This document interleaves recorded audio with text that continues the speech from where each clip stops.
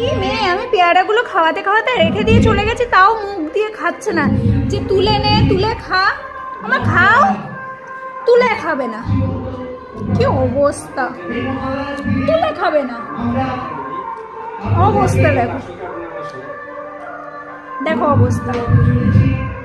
আমার এই যে খাবা না, দিতে হবে, তারপরে তুলে দেবো, তারপরে আমার মেয়েটা খাবে গো। ও কোনোদিন, ওর সামনে এত জিনিস থাকে, সবাই দোকানে এসে জিজ্ঞাসা করে ও জিনিস নষ্ট করে না। আমার লক্ষ্মী ছানা কোনো দিন কোনো জিনিসে আলগা থাকলেও মুখ দেবে না, কোনো কিচ্ছু না। এটা কিন্তু ওরই খাবার, কিন্তু তাও ও নিয়ে খাবে না, ওকে দেবো তারপরে। এরকম একটা মেয়ে হয়েছে আমার। সবাই দেখে তো দোকানে চুপটি করে বসে থাকে, তাই সবাই ভাবে যে অন্য বাড়ির কিছু বাচ্চা হয় না যে জিনিস নষ্ট করে রাগ থেকে, ওর রাগ হলেও আমাকে কামড়াবে।